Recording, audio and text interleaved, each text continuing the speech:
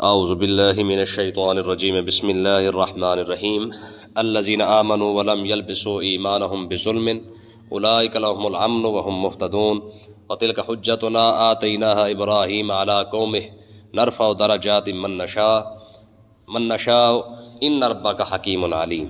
سبحان اللہ۔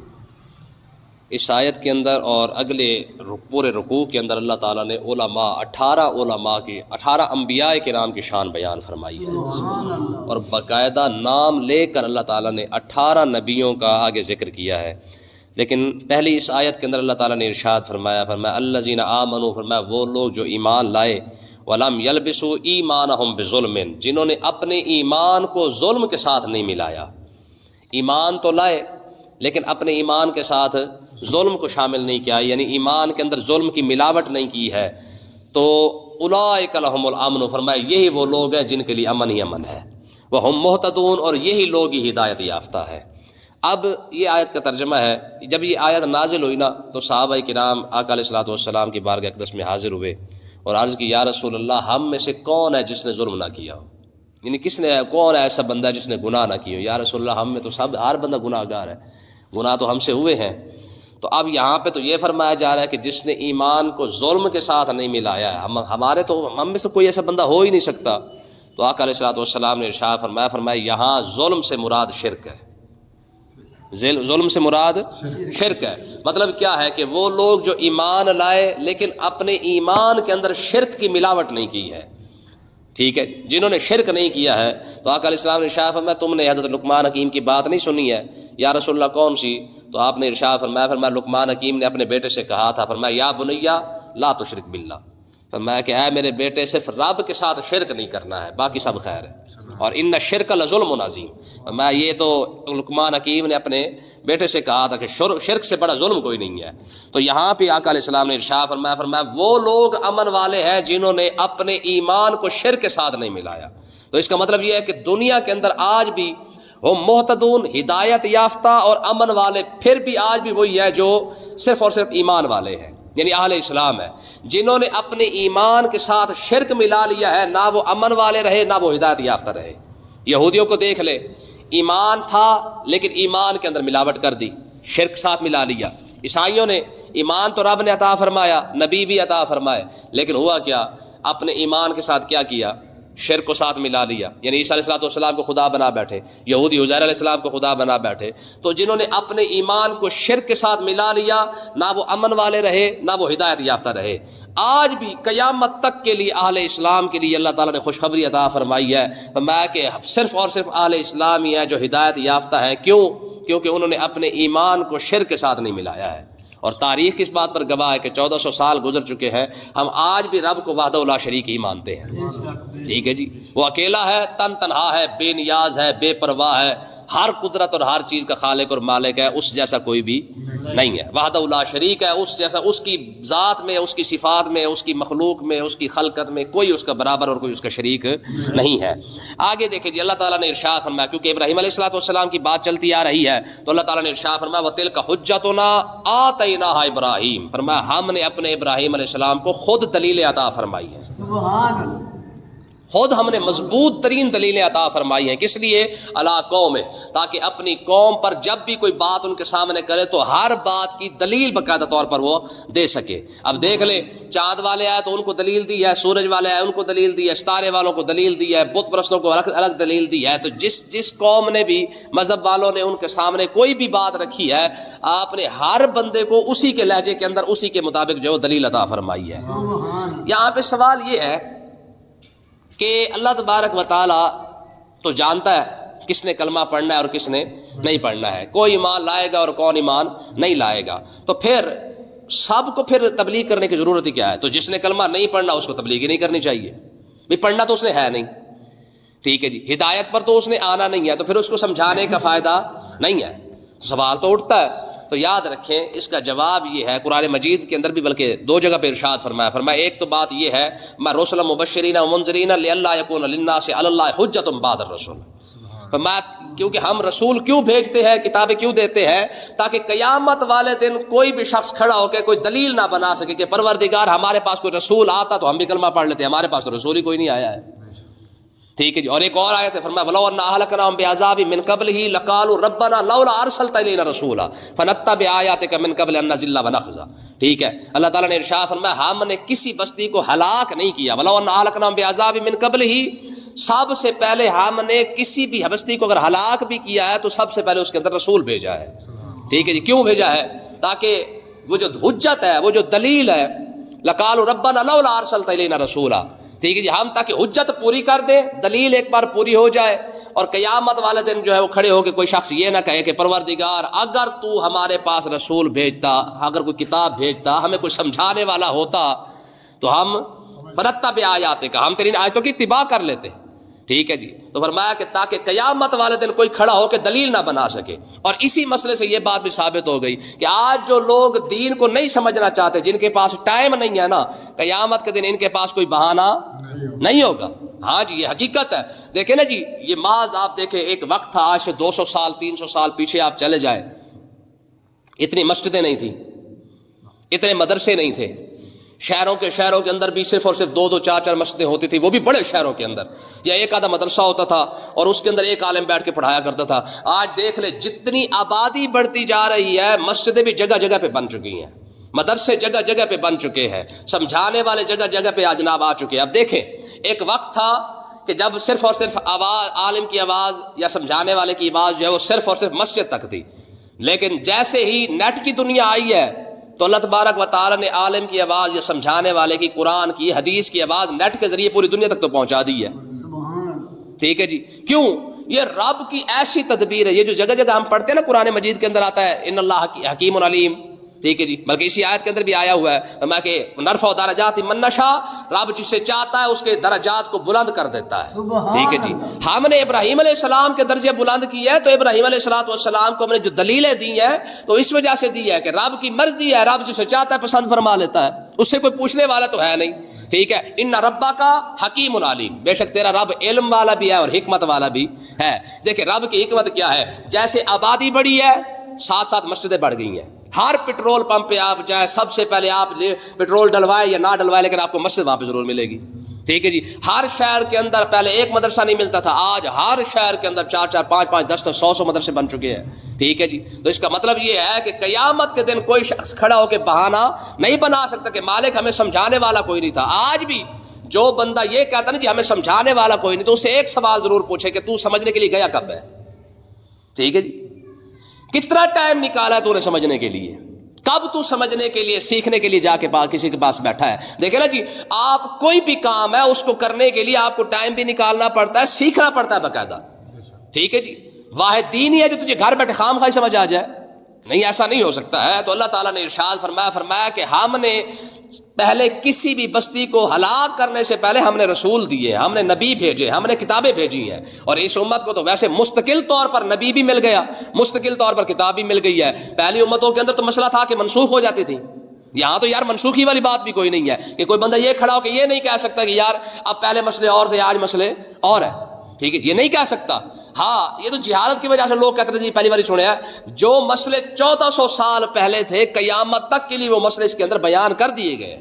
الیوم اکملت لکم دینکم, ہم نے تمہارا دین مکمل طور پر بھیج دیا ہے, اب تمہیں پریشانی کی ضرورت نہیں ہے. لیکن آپ جو کہتے ہیں نا جی ہمارے پاس ٹائم نہیں ہے, تو اس کو لگ پتہ جائے گا کہ ٹائم ہے کہ نہیں ہے, سمجھ آئی نا. تو آگے دیکھیں جی, فرمایا کہ ان ربک حکیم علیم, بے شک آپ کا رب اے محبوب حکمت والا ہے, علم والا ہے. لیکن اب دیکھیں, فرمایا وَوَهَبْنَا لَهُ إِسْحَاقَ وَيَعْقُوبَ, فرمایا ہم نے ابراہیم علیہ السلام کو اسحاق بھی عطا فرمائے, یعقوب علیہ السلام بھی عطا فرمائے. ٹھیک ہے جی, کُلًّا هَدَيْنَا, فرمایا ہم نے ان سب کو ہدایت عطا فرمائی. ٹھیک ہے جی, ابراہیم علیہ السلام کی شان ہے. وَنُوحًا هَدَيْنَا مِن قَبْلُ, اور ہم نے ابراہیم علیہ السلام سے پہلے نوح علیہ السلام کو بھی ہدایت عطا فرمائی تھی, یعنی نبوت عطا فرمائی تھی. وَمِن ذُرِّيَّتِهِ, اور ہم نے ابراہیم علیہ السلام کی اولاد کے اندر کس کس کو نبوت اور ہدایت عطا فرمائی, داؤد و سلیمان و ایوب و یوسف و موسیٰ و ہارون. یہ سارے کے سارے وہ نبی ہیں جن کو اللہ تعالیٰ نے ابراہیم علیہ السلام کی نسل سے پیدا فرمایا ہے. سبحان اللہ. ٹھیک ہے جی, داؤد علیہ السلام ہو, سلیمان علیہ السلام, ایوب علیہ السلام, یوسف علیہ السلام, موسیٰ اور ہارون علیہ السلام. پھر فرمایا وَكَذَلِكَ نَجْزِي الْمُحْسِنِينَ, فرمایا نیک لوگوں کو ہم ایسے ہی بدلہ دیتے ہیں. سبحان اللہ. یاد رکھیں ابراہیم علیہ السلام کے بعد جتنے نبی پیدا ہوئے ہیں سارے کے سارے ابراہیم علیہ السلام کی نسل سے پیدا ہوئے ہیں. جتنے بھی ہزارہ نبی پیدا ہوئے ہیں، ہزاروں کے ہزاروں نبی صرف اور صرف ابراہیم علیہ السلام سے پیدا ہوئے ہیں، باقی کسی بھی نسل سے پیدا نہیں ہوئے ہیں ابراہیم علیہ السلام کے بعد، حتیٰ کہ آقا علیہ السلام بھی. ٹھیک ہے نا جی. تو یہ سارے جتنے بھی نبی آئے ہیں، اب دیکھیں جتنے بڑے بڑے نبیوں کا ہم نام سنتے ہیں، یہ جو عربی، داؤد، سلیمان، ایوب، یوسف، موسیٰ، ہارون، یہ سارے کے سارے حضرت ابراہیم علیہ السلام کی نسل ہے. اور آگے دیکھیں فرمایا وزکریا و یحییٰ و عیسیٰ و الیاس، فرمایا یہ جو زکریا علیہ السلام ہے، یحییٰ علیہ السلام ہے، عیسیٰ علیہ السلام ہے، الیاس علیہ السلام ہے، فرمایا کل من الصالحین، یہ سارے کے سارے نیک لوگ ہیں. ہے جی. انبیاء کتنے نیک ہوتے ہیں یار، جن کی تعریف، جن کے نیک ہونے کی تعریف بھی رب بیان کرتا ہے. ٹھیک ہے جی. اور آگے فرمایا اسماعیل والیسع و یونس و لوطا، فرمایا اسماعیل علیہ السلام ہو، یسع علیہ السلام ہو، یونس علیہ السلام ہو، لوط علیہ السلام ہو، یہ کون ہے؟ وَكُلًّا فَضَّلْنَا عَلَى الْعَالَمِينَ، یہ سارے وہ نبی ہیں جن کو ہم نے تمام جہانوں پر فضیلت عطا فرمائی ہے. سبحان اللہ. تو اس سے ایک بات یہ بھی ثابت، یہ 18 نبی ہے جن کا رب نے نام لیا ہے. ٹھیک ہے، 18 نبی. تو ایک ترتیب کے ساتھ بہرحال ان کا نام آیا ہے. تو کُلًّا فَضَّلْنَا عَلَى الْعَالَمِينَ کے اندر ایک مسئلہ ہے، وہ یہ ہے کہ ہم نے تمام جہانوں پر ان کو فضیلت عطا فرمائی ہے. تو اس کا مطلب یہ ہے کہ اللہ تبارک و تعالیٰ کے بعد سب سے افضل ترین لوگ یہ انبیاء ہیں، سبحان اللہ. کیونکہ عالمین پر فضیلت ہے نا. تو عالمین کے اندر جتنی بھی مخلوق ہے، چاہے فرشتے ہیں، چاہے عرشی ہیں، فرشی ہیں، نوری ہیں، ناری ہیں، جتنی بھی مخلوق موجود ہے ساری عالمین کے اندر آتی ہے. تمام مخلوق عالمین کے زمرے کے اندر شامل ہے. تو عالمین سے افضل جو لوگ ہیں یہ سارے کے سارے انبیاء ہیں. ٹھیک ہے جی. آگے دیکھیں فرمایا من آبائہم، ٹھیک ہے جی، وذریاتہم واخوانہم واجتبیناہم وہدیناہم الی صراط مستقیم. فرمایا کہ یہ جو سارے نبی ہم نے بیان کیے ہیں، فرمایا کچھ ان کے باپ دادا ہیں. ٹھیک ہے جی. وذریاتہم، کچھ ان کی اولادیں ہیں. دیکھیں نا، یوسف علیہ السلام یعقوب علیہ السلام کے شہزادے ہو گئے، یعقوب علیہ السلام پھر اسحاق علیہ السلام کے شہزادے ہو گئے، یا اسحاق علیہ السلام پھر ابراہیم علیہ السلام کے شہزادے ہو گئے. کچھ ان کے کیا ہے؟ باپ دادا ہے. وذریاتہم، کچھ ان کے بیٹے ہیں. ابراہیم علیہ السلام کے بیٹے کون ہو گئے؟ اسحاق اور اسماعیل علیہ السلام. اسحاق کے بیٹے پھر یعقوب علیہ السلام، یعقوب پھر یوسف علیہ السلام. ٹھیک ہے جی. تو سلسلہ اس طریقے سے چلتا رہتا ہے. اور حضرت ابراہیم علیہ السلام کے جو بھتیجے ہیں حضرت لوط علیہ السلام، پھر لوط علیہ السلام کی جو ہے نا نواسی، وہ حضرت شعیب علیہ السلام کی نانی ہے. سبحان اللہ. گل سمجھ گئی؟ حضرت ابراہیم علیہ السلام کے بھتیجے کون ہیں؟ لوط علیہ السلام. اور لوط علیہ السلام کی جو نواسی ہے وہ حضرت سیدنا شعیب علیہ السلام کی کیا ہے؟ نانی ہے. ٹھیک ہے. اور شعیب علیہ السلام کے داماد کون ہے؟ موسیٰ علیہ السلام. ٹھیک ہے جی. تو اس طریقے سے یہ سارا سلسلہ جو ہے وہ انبیاء کا چلتا ہے، اور اللہ تعالیٰ نے یہ ساری شان حضرت ابراہیم علیہ السلام کو عطا فرمائی ہے. سبحان اللہ. میں نے ایک کتاب بڑی خوبصورت بات پڑھی تھی، امام شعرانی رحمۃ اللہ علیہ نے لکھی ہے. فرماتے ہیں کہ شعیب علیہ السلام نے بہت زیادہ رویا کرتے تھے، بہت زیادہ روتے تھے. تو اللہ تبارک و تعالیٰ نے ایک مرتبہ جناب جبریل کو بھیجا. فرمایا جبریل جا میرے شعیب سے پوچھ یہ روتا کیوں ہے. سبحان اللہ. یعنی رب کے دیکھیں نا جی، ضروری نہیں کہ ہر بات ٹھیک ہے مالک جانتا ضرور ہے، لیکن اس کے بھی کچھ ناز ہے نا. ٹھیک ہے جی. فرمایا اس سے پوچھ ذرا یہ کیوں روتا ہے. اور ساتھ یہ بھی فرما دیا، فرمایا کہ اگر یہ جنت کی وجہ سے رو رہا ہے میرا شعیب تو پھر آپ انہیں فرما دیں، فرمایا میں نے آپ کو جنت عطا فرما دی ہے. سبحان اللہ. اگر جہنم کی وجہ سے رو رہا ہے تو پھر ہم نے جہنم سے بھی آزادی عطا فرما دی ہے. یہ دونوں باتیں عطا فرما دی ہیں. حضرت جبریل علیہ السلام حاضر ہو گئے اور آ کے عرض کی حضرت سیدنا شعیب علیہ السلام کو، سرکار رب فرما رہا ہے کہ آپ روتے کیوں ہیں. اگر جنت کا معاملہ ہے تو ہم نے جنت دے دی، اگر جہنم کی وجہ سے رو رہے ہیں تو ہم نے جنت سے بھی آپ کو آزاد کر دیا. یہ دونوں خوشخبری ہم نے دنیا میں بھی آپ کو عطا فرما دی ہیں. پھر رونے کا مقصد تو کوئی نہیں رہ جاتا نا. تو حضرت سیدنا شعیب علیہ السلام نے ارشاد فرمایا جبریل جا کے رب کی بارگاہ میں عرض کر کے تیرا شعیب نہ جنت کی وجہ سے روتا ہے نہ جہنم کی وجہ سے روتا ہے، میں صرف اور صرف تیری لیے روتا ہوں، صرف اور صرف تیری خاطر روتا ہوں. تو اللہ تعالیٰ نے فرمایا جبریل پھر جا میرے شعیب کو جا کے یہ پیغام دے کہ اگر تم میری خاطر رویا ہے نا تو جانتا ہے میں نے تجھے کتنا بڑا انعام دیا ہے، مالک کتنا بڑا انعام دیا ہے. فرمایا جا کے میرے شعیب کو بتا ہم نے اپنے کلیم اللہ سے تیری بکریاں چروا دی ہیں. سبحان اللہ. اگر تم میری خاطر رویا ہے نا تو ہم نے تیری بکریاں چروانے کے لیے کوئی چھوٹا موٹا بندہ نہیں بھیجا، اپنے کلیم اللہ کو بھیجا کہ جا میرا شعیب میری خاطر روتا ہے اس کی جا کے بکریاں چرا. سبحان اللہ. کتنی بڑی بات ہے یار، ہے جی. اس طریقے سے حضرت سیدنا یعقوب علیہ السلام کے پاس کیونکہ ظاہر ہے رو رو کے وابیضت عیناہ من الحزن، یہ تو واقعی احسن القصص ہے، یعنی سارے قصوں میں سب سے حسین قصہ ہے۔ حضرت سیدنا یعقوب علیہ السلام کے پاس جناب جبریل آ گئے رب کا پیغام لے کر، عرض کی حضور رب فرما رہا ہے، کیونکہ جبریل کا مقام انبیاء سے چھوٹا ہے، ہاں یاد رکھیں، ہاں جی۔ یہ اور بات ہے کہ فرشتوں کے یہ بھی رسول ہیں، لیکن کیونکہ نبی جو نبی ہوتا ہے تو حضرت جبریل علیہ السلام حاضر ہوئے آ کے عرض کی حضور رب فرما رہا ہے یا میری خاطر روئیں یا یوسف کی خاطر رویا کریں، ایک دل میں دو محبتیں نہیں ہو سکتی ہیں، ٹھیک ہے، یا میری خاطر روئیں یا یوسف کی خاطر۔ ظاہر ہے دن رات یوسف یوسف یوسف یوسف ہی ہوتا تھا نا، تو اللہ تعالیٰ کی غیرت گوارا نہیں کرتی ہے کہ میرا نبی اور کسی اور کی خاطر روئے۔ تو حضرت یعقوب علیہ السلام نے فرمایا جبریل جا کے رب کی بارگاہ میں عرض کر میں یوسف کی خاطر کبھی نہیں رویا، سبحان اللہ، یوسف کی خاطر کا سرکار یوسف یوسف کرتے 40 سال گزر گئے ہیں اور آپ فرما رہے کہ میں یوسف کی خاطر رویا ہی کبھی نہیں رویا میں جا کے اسے عرض کر کے پروردگار تیرا یعقوب کہہ رہا ہے کہ میں یوسف کی خاطر نہیں روتا، یوسف کے چہرے پر جو تیری تجلیات پڑا کرتی تھی نا، جب سے یوسف گیا وہ جلوے ساتھ لے گیا ہے، میں تو اس کی خاطر روتا ہوں کہ جب سے یوسف گیا وہ جلوہ گاہ ساتھ چلی گئی ہے، کاش کہ یوسف میرے سامنے ہوتا، اس کے چہرے پر جو تیری تجلیات پڑتی تھی نا میں تو اسے دیکھا کرتا تھا، جب سے یوسف گیا جلوے بھی ساتھ لے گیا، میں تو اس کی خاطر روتا ہوں۔ کیسے باتیں ہیں یار، ٹھیک ہے جی۔ تو بہرحال اللہ تعالیٰ نے ارشاد فرمایا یہ سارے انبیاء وہ ہیں جن کو اللہ تعالیٰ نے یہ شان عطا فرمائی ہیں، اور ہے کیسے، من آبائہم، کچھ ان کے کیا ہے باپ دادا ہیں، اور ذریاتہم، کچھ ان کی اولادیں ہیں، وہ اخوانہم، کچھ ان کے بھائی ہیں،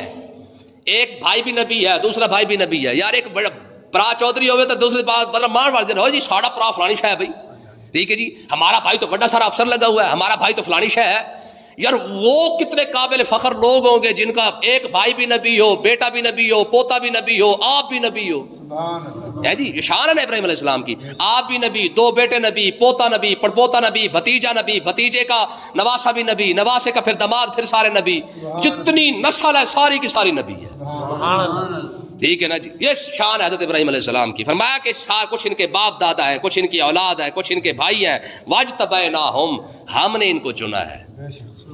اس میں کسی کا کوئی کمال یاد رکھیں، نبوت کے انتخاب کے اندر خود نبی کا کمال بھی نہیں ہے، نبوت کے انتخاب میں خود نبی کا کمال نہیں، یہ میرے رب کا انتخاب ہے جسے چاہے نبی بنا دے، ٹھیک ہے نا جی۔ یہ خاص وہ لوگ تھے جن پر رب کی نگاہ ناز پڑ گئی ہے، رب کی نگاہ کرم پڑ گئی ہے، جن کو رب نے چاہنا تھا اس کو نبی بنا دیا ہے، ٹھیک ہے جی۔